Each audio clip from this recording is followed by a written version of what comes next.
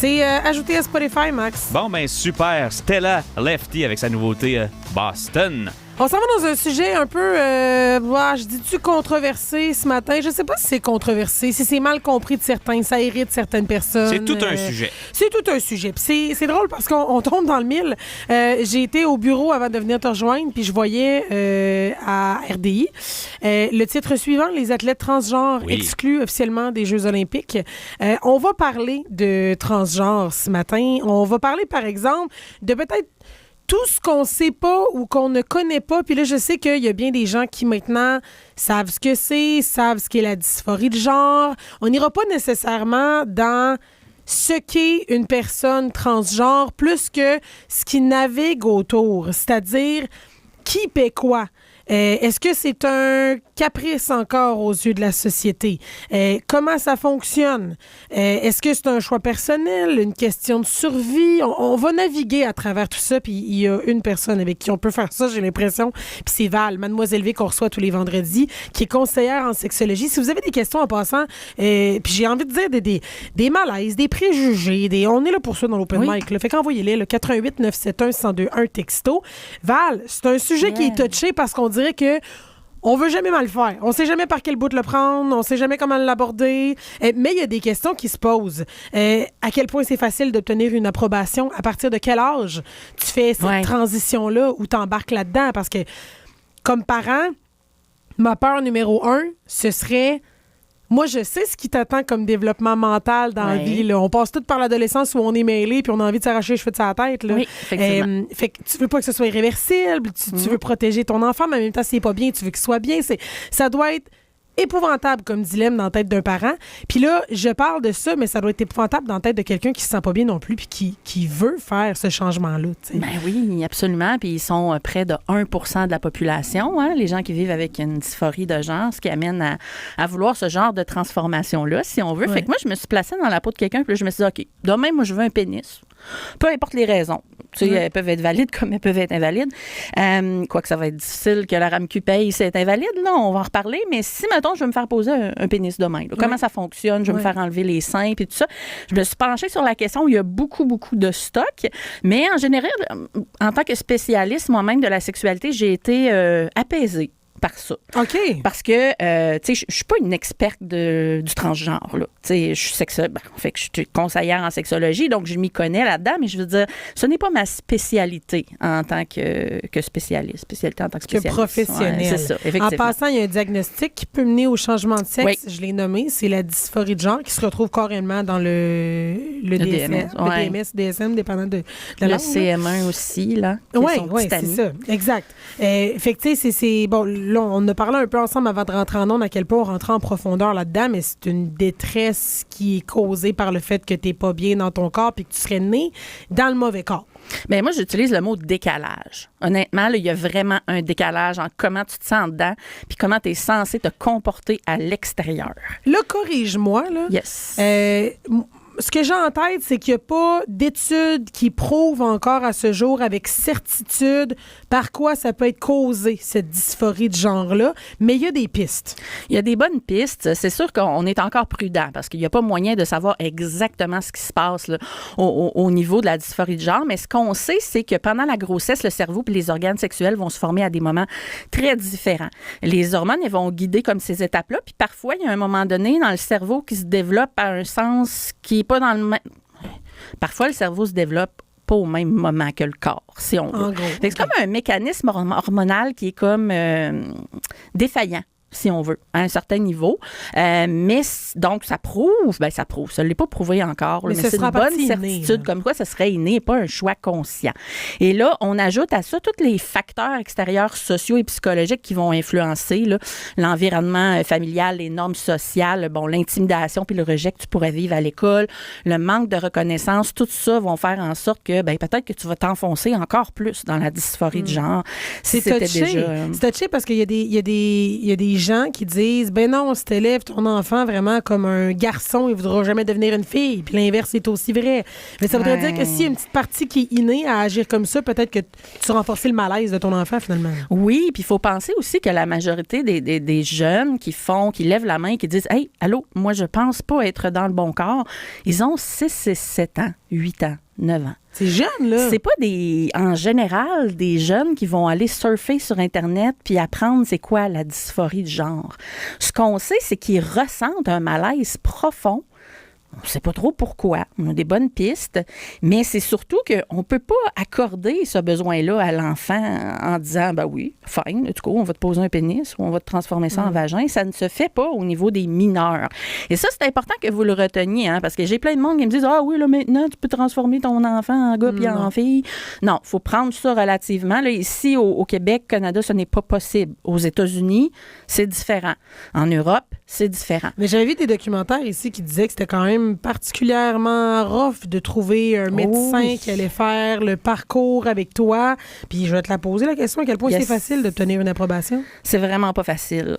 Dans le fond, ce que ça vous prend en réalité, là, c'est d'abord une autorisation de plusieurs spécialistes. On parle de sexologues, psychiatres, psychologues, endocrinologues, des gens qui vont tous dans la même direction. Ensuite, ça vous prend évidemment 18 ans et plus. Et ça prend une souffrance psychologique et physique qui est documentée depuis un minimum de 12 mois. Puis là, on parle de la transition physique ici, là, parce que je sais que les bloqueurs d'hormones, me semble, c'est plus jeune, non? Bien, les bloqueurs d'hormones, ça peut arriver, mais il faut prouver aussi. Il faut passer par plein d'autres spécialistes. C'est le même processus. C'est la même chose pour l'hormonothérapie. Si vous voulez prendre de l'hormonothérapie et que ce soit payé par la RAMQ au Québec, parce que vous avez la possibilité de faire ça au privé, hein, si ça vous tente, là, vous avez le droit. Oui, puis l'hormonothérapie, ça me fait rire, ça, parce que des fois, les gens se citent directement au phénomène de dysphorie de genre, mais je veux juste vous dire que moi, demain matin, mettons, je suis débalancée hormonalement, je peux aller carrément faire de l'hormonothérapie pour ajuster ce qui se passe dans mon corps. Moi, j'ai des amis de filles qui avaient des gros problèmes, puis écoute, il y avait un manque de testostérone, mettons, il y avait un débalancement. Fait qu'après un bilan hormonal, se sont mis à prendre certaines hormones pour balancer leur corps parce qu'il y avait une défaillance, je vais dire, là, dans leur système. Fait que c'est pas nécessairement relié à « Hey, j'arrête les hormones » ou « Je prends des bloqueurs » ou l'hormonothérapie existait bien avant le fait qu'on veut faire on veut changer de sexe. Là. Oui, c'est à différentes proportions. Là. Il y a des petites proportions, il y en a des grosses qui vont faire en sorte que ton corps va changer complètement pour devenir, en fait, plus féminin ou plus masculin, selon ce que vous voulez. Et généralement, les personnes qui souffrent de dysphorie de genre vont opter pour une hormonothérapie, mais pas nécessairement la suite. Et c'est surtout cette partie-là que je voulais qu'on parle aujourd'hui. Qu'est-ce qui a trait au pénis et au vagin et au sein? Comment est-ce qu'on se débrouille avec ça? Où est-ce qu'on les envoie par la poste quelque part? Qui paie pour se le faire poser, etc. Et vous devez savoir d'abord que au Québec, on s'entend pour dire que tout ce qui est pour soulager la souffrance d'autrui est payé par la RAMQ. Donc, c'est-à-dire que si tu es capable de prouver que tu as une détresse psychologique, tous les critères que j'ai dit tantôt, depuis 12 mois avec les spécialistes, on va t'offrir l'hormonothérapie gratuitement. Par contre, ce n'est pas nécessairement le cas de toutes les autres opérations. Tout ce qui a féminisation, tout ce qui a masculinisation, on parle de, entre autres, l'orchidectomie, qui est l'ablation des testicules. Hein. C'est pas toujours couvert, tout dépendant. La chirurgie faciale féminisante, qu'on appelle le FFF, là, ceux qui connaissent sauront, ce n'est pas couvert. Le remodelage du visage, tout ce qui est esthétique, tout ça n'est absolument pas couvert. Jamais. Okay. Puis la poitrine, mettons? La poitrine, ils vont te l'enlever, mais ils vont pas nécessairement te la reconstruire. Il va falloir que tu paies au privé pour faire reconstruire la poitrine. Okay. Même chose pour ce qui est par contre la phalloplastie et la vaginoplastie, qui sont le remplacement ou du moins la création de nouveaux appareils génitaux à partir des anciens. Ça, en général, c'est couvert. Okay. Donc, c'est cette partie-là que je voulais qu'on parle un petit peu parce que c'est pas très connu. Hein, mais qu'est-ce qui fait que c'est couvert ou pas, mettons? C'est la souffrance. C'est vraiment... tout est basé là-dessus. Tout est basé sur la souffrance psychologique, les difficultés que la personne a à vivre au quotidien avec ça. Et c'est eux qui prennent la décision en fonction s'il est capable de poursuivre sa vie. Parce qu'il faut penser que le taux en fait, c'est 1% de la population, je l'ai dit tantôt, mais plus de la moitié ont des épisodes dépressifs et des des dépressions modérées à sévères. Donc, et 43% des jeunes trans ont des pensées suicidaires régulières. Mais tu sais, quand tu comprends plus, là, c'est jamais né, là. Puis il y a une différence, tu sais, entre un mal-être ado, tantôt tu l'as dit, tu sais, moi j'en ai 2 ados, là, puis Colin, il y a des montagnes là, qui en finissent plus, là, tu sais. Mais quand on pense à montagne, il y a des hauts puis des bas. Il y a des bonnes journées. Quand, à un moment donné, tout est relié à ton genre, puis qu'il n'y en a plus de haut, là, c'est généralement là où il faut aller fouiller. Et c'est de là l'importance de suivre les spécialistes pendant très longtemps. Eux autres sont capables de voir, OK, si tu passager, si tu pas passager, parce qu'évidemment, on ne veut pas poser un pénis à quelqu'un qui va vouloir se l'enlever dans quelques mois. Non, puis là, je m'avance, mais encore là, moi, j'ai pas les connaissances que tu as, mais si je me trompe pas, il me semble qu'il y a beaucoup de gens qui vont entamer une transition. Oui. En coupant les hormones ou en prenant, peu importe, mais qui ne se rendront pas nécessairement au changement de sexe en soi tout de suite. Parce que ça, c'est un peu permanent, ces bords, là. Je veux dire, tu peux pas t'en revenir en arrière comme tu veux, là. Mais c'est que la vie sexuelle, après, elle est très, très, très limitée, on va se le dire. Ça dépend beaucoup, beaucoup, beaucoup, en fait, de la sensibilité du nerf dorsal du néopénis. Si on parle, mettons moi, je m'étais fait poser un pénis. Là. Un néopénis. Oui, c'est ça. Ça, c'est un nouveau pénis. C'est ça, effectivement. Dans le fond, c'est qu'il y a un nerf à l'intérieur du pénis qu'on va réutiliser pour le reconnecter durant la chirurgie pour en faire une partie sensibilisante, soit au niveau du clitoris ou au niveau, des fois, on va enfouir le clitoris à la base du pénis. Ce qui fait en sorte que c'est ça qui détermine s'il va y avoir une sensibilité ou pas. Puis là, ben, tu sais, des fois, on se fait opérer. Là, on a une petite sensibilité qui va disparaître ou au contraire, on n'en a pas puis elle va finir par apparaître. Fait que c'est très, très difficile pour les personnes qui ont la chirurgie complète d'avoir une vie sexuelle normale par la suite. Et c'est ça qui est problématique. C'est là la raison pour laquelle les gens vont généralement arrêter à l'hormonothérapie parce que tu sais, si je vous lis un petit peu de quoi ça a l'air, je sais pas si ça vous tente. Là. Mais oui, full, parce que j'avais reçu il y a 1 an et demi, 2 ans, une personne qui était passée de femme à homme. Oui. Et lui avait eu vraiment la transition complète, puis nous avait expliqué, là, justement, ce que ça impliquait. Puis un coup que c'était guéri, puis que c'était le fun, si, mettons, t'es chanceux, là, puis que les connexions se refont bien, puis que tu as une certaine sensibilité, je veux dire, mis à part le fait qu'il faut que tu te pompes, là, parce que c'est vraiment une petite pompe qu'ils mettent dans un des testicules. Il y en a un autre maintenant. Ah ouais, hein? Oui, c'est avant de vous dire peut-être là, les vaginoplasties et la phalloplastie, là, sache que l'érection assistée est possible. Avant, c'était avec une petite pompe. Ben, celui-là encore pour certains, une petite pompe dans la testicule. Puis ça peut dégonfler après ça, là, fait voilà. que tu gères l'érection. Là. Mais c'est comme un vrai pénis. Oui. Sans blague. En tout cas, lui, il me disait que c'était franchement bien fait, là.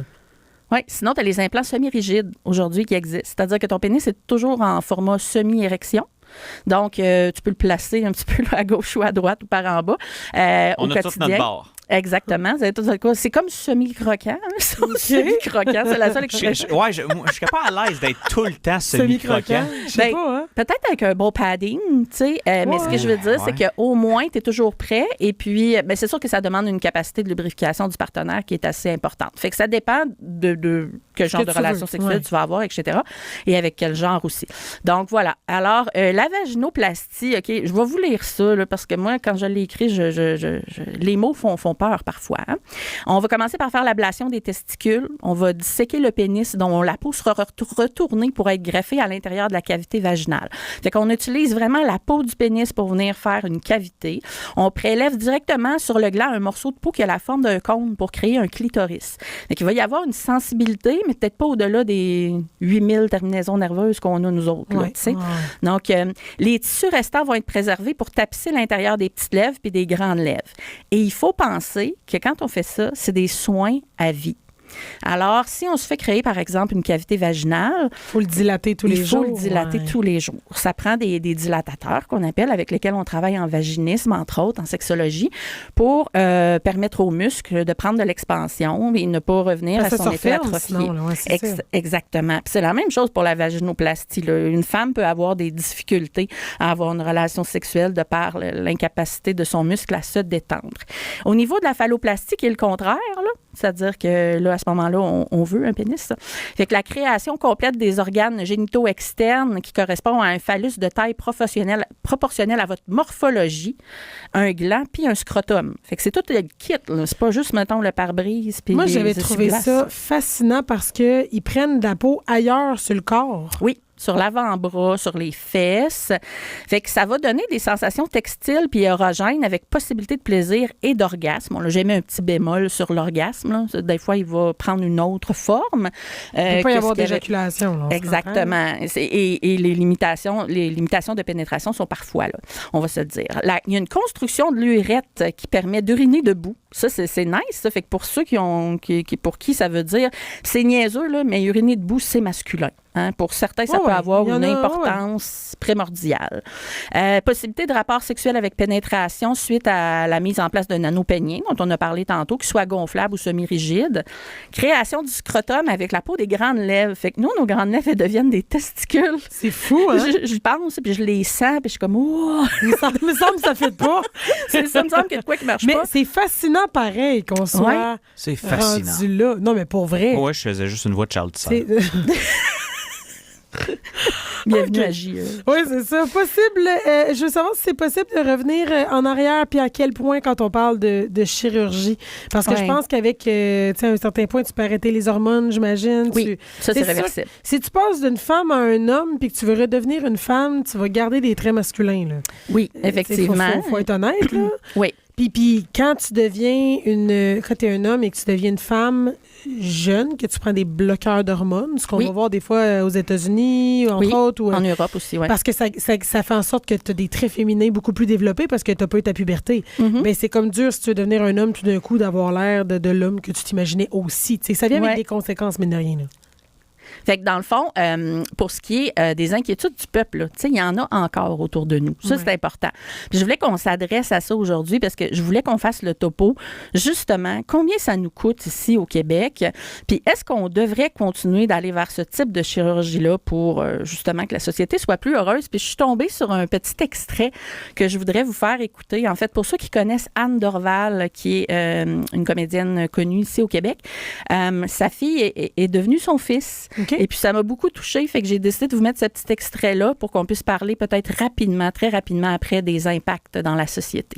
Il faut arriver à faire comprendre aux gens qui ne comprennent pas que des gens heureux, ça rend juste le monde meilleur. C'est l'identité de quelqu'un dont il s'agit et ça ne nous concerne pas personnellement. Moi, j'en parle en connaissance de cause parce que j'ai un enfant qui a été malheureux toute son enfance parce que peut-être qu'inconsciemment, j'avais tellement peur que mon enfant soit trop malheureux que je me suis mis des œillères. Je le laissais aller, puis à un moment donné, il m'a dit « Je veux plus de sein, je suis plus capable, ça m'étouffe. » Et il s'est fait opérer le jour de ma fête. Puis là, j'étais sans connaissance toute la journée. Je fais « Ça va faire mal, pauvre petit, mon Dieu, j'espère qu'il n'y aura pas de complications, puis d'affaires. » Puis finalement, ça a super bien été.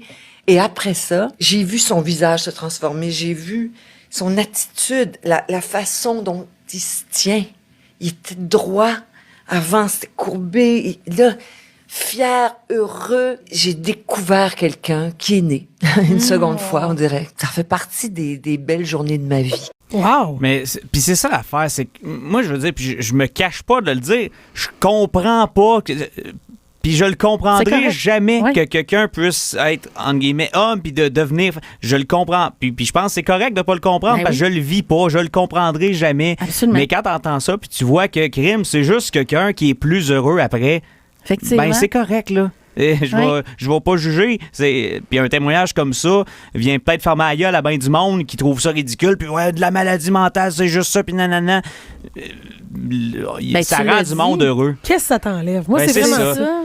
Eux, ça leur enlève leur pénis puis des seins, mais toi, ça t'enlève rien. C'est drôle parce que j'ai eu une conversation délicate avec des gens proches de moi dans les dernières semaines parce que quelqu'un que je connais a croisé dans un contexte professionnel une femme, je vais dire, à l'allure d'une femme, mais avec une grosse barbe, un maquillage, tu comprends, extravagant, les gros talons.